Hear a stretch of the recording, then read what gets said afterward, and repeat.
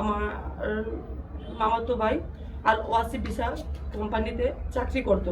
ওই চাকরির সুবাদে আমার ছোট ভাই, আপন দেবর, আপন খালাতো ভাই, মামাতো ভাই, তারা কয়েকজনের মিলে আমি বিদেশের ব্যাপারে কিছু পাসপোর্ট জমা দেওয়া হয় 12 জনের পাসপোর্ট। এই পাসপোর্ট জমা দেওয়ার পরে আর ওয়াসি ভিসা থেকে আমার ভুয়া ফার্মিট, ভুয়া ভিসা দেখাইয়া আমার আত্মীয় স্বজন, আমার ভাই দেবর, তাদের কাছ থেকে 3 লাখ টাকা করে প্রথমে নিয়ে নিই প্রথম বেলায়। তখন পরবর্তীতে ভুয়া ভিসা দিয়েছে, দেশের সম্পূর্ণ টাকা আমাদের কাছ থেকে হাতায় নিয়েছে। সে পরবর্তীতে ট্রান্সফার করছে বশির আহমেদে। আমাদের আছে যে জেএম আছে, উনি বশির আহমেদ নয়ন, উনি আমাদেরকে লিখন তালুকদার এবং মেহেদি হাসান জনিমুল্লাহ তাদের হাতে নিয়ে ঢাকা শিমুলি একটা অফিসে দিয়ে আসে, বলে যে আপনাদের এখান থেকে কাজ করেন, আপনাদের টাকা এখানে আছে। ওইখান থেকে আমাদেরকে ভুয়া পারমিট, ভুয়া ভিসা দেখাইয়া নেপাল পর্যন্ত তারা নিয়ে যাওয়ার পরে তারা ওইখান থেকে আমাদের লোকের কাছে অত্যাচার করে।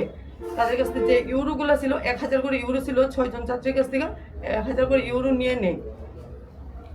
2 জন যাত্রীকে স্পেন, একজন যাত্রীকে স্পেন নিছে, আর একজন যাত্রীকে মালয়েশিয়া নিছে, নিয়ে সেটা ওইখান থেকে বেক করাই দিছে, দিয়ে সেটা সম্পূর্ণ টাকা হাতায় আজকে তারা লাপাত্তা। আজকে 5 মাস যাবৎ আমি তাদেরকে, আমার সংসারে 3টা সন্তান রেখে রাস্তায় রাস্তায় ঘুরে ঘুরে তাদেরকে খুঁজছি, তাদেরকে পাচ্ছি না।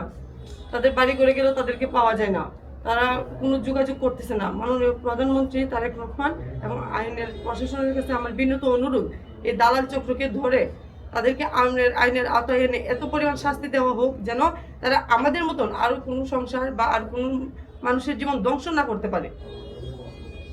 আজকে তাদের জন্য আমাদের 12টা পরিবার জমি বিক্রি করছি, বাড়ি বিক্রি করছি, কেউ গয়না বিক্রি বন্ধক রাখছি, লাভের উপরে টাকা আনছি, না আজকে আমরা নিঃস্ব, এক বেলা খেলে আরেক বেলা উপাস থাকা লাগে।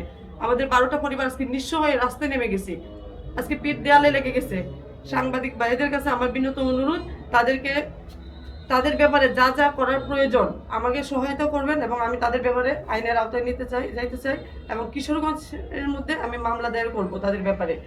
এবং আমি মাননীয় তারেক রহমানের কাছে এবং আইনের প্রশাসনের কাছে আমি বিনীত অনুরোধ, তাদেরকে আইনের আওতায় আনা হোক। আমি বিচার চাই, সুষ্ঠু বিচার চাই।